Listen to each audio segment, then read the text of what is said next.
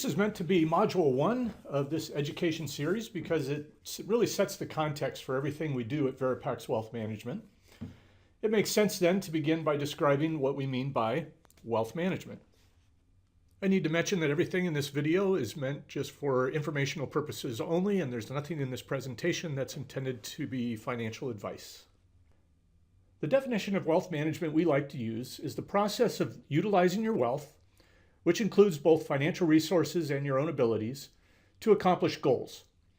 Now, sometimes wealth management can imply that it's somehow exclusive, but because virtually everyone has some amount of wealth, virtually everyone benefits from effectively utilizing that wealth. Another misconception that people often have is that wealth management primarily involves investing. Now, although investing is often a key part of wealth management, in fact, it's kind of the engine that makes it all go, there are a lot of other aspects to it. You may end up hearing this phrase on purpose a lot. We want to help people manage their wealth so that there's a purpose and a goal, and things don't just happen by accident. Whether you're 20 years old or 70 years old, when you think of all the financially related aspects of your life, there can be a lot of questions. And that's because your financial life is complex. In fact, maybe more complex than you realize. This graphic really only captures some of the questions that may come up. What we found is that the overriding question most people have is, how am I doing? Or am I on track? Which then leads to the question, on track relative to what?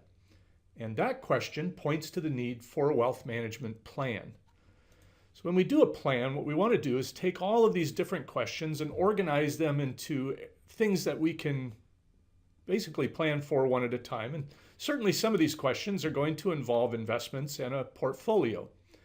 That's more during the growth phase of your investment life. Once you get close to retirement, we need to come up with an income plan, which is a very different problem to solve. How do I take my investments that I've grown over time and turn them into a paycheck replacement? We're also going to want to take a look at strategic uses of insurance, making sure that you have the right type of insurance, the right amounts of insurance. If you're still working, we'll want to coordinate that with your company benefit plan. And then we'll want to take a look at what are the different risks that could kind of sideswipe this plan once it's all done. What if I have a long-term care event or something like that, that just unplanned expenses?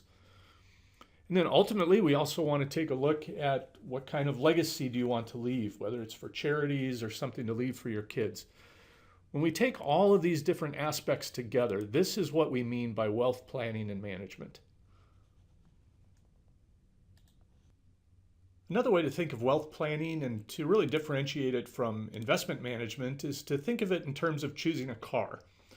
There's a lot of aspects to building a car, and the engine is only one of them. We like to think of investment management as the engine that makes it all go.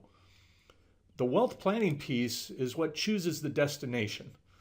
And that's why we need a wealth management plan. We need to take a look at different life stages, whether that's preparing for retirement, early retirement, late retirement.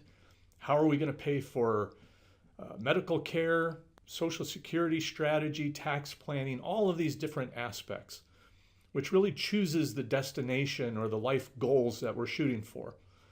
On the investment side, we then want the plan to drive the investments and not the other way around. And we have other education modules that'll talk about our investment management strategies. But one of the key things is trying to get deterministic returns that match what we're trying to accomplish in the plan. One of the things that I've had to learn as the chief investment officer of the company is that, for example, $1 saved by choosing the proper Social Security strategy is really the same as $1 earned with investing, and therefore it's all important. In closing, there's just a few things that I hope you take away from this video. Number one is that wealth planning and management helps you to effectively use your resources. And it encompasses all aspects of your financial life. It starts with a financial or wealth plan. We include insurance strategies, company benefit coordination. If you own a private business or you have real estate, helping to make those decisions. All of these different aspects that all get encompassed in wealth planning. And that's not meant to be exclusive. Because virtually everyone has wealth, virtually everyone can benefit.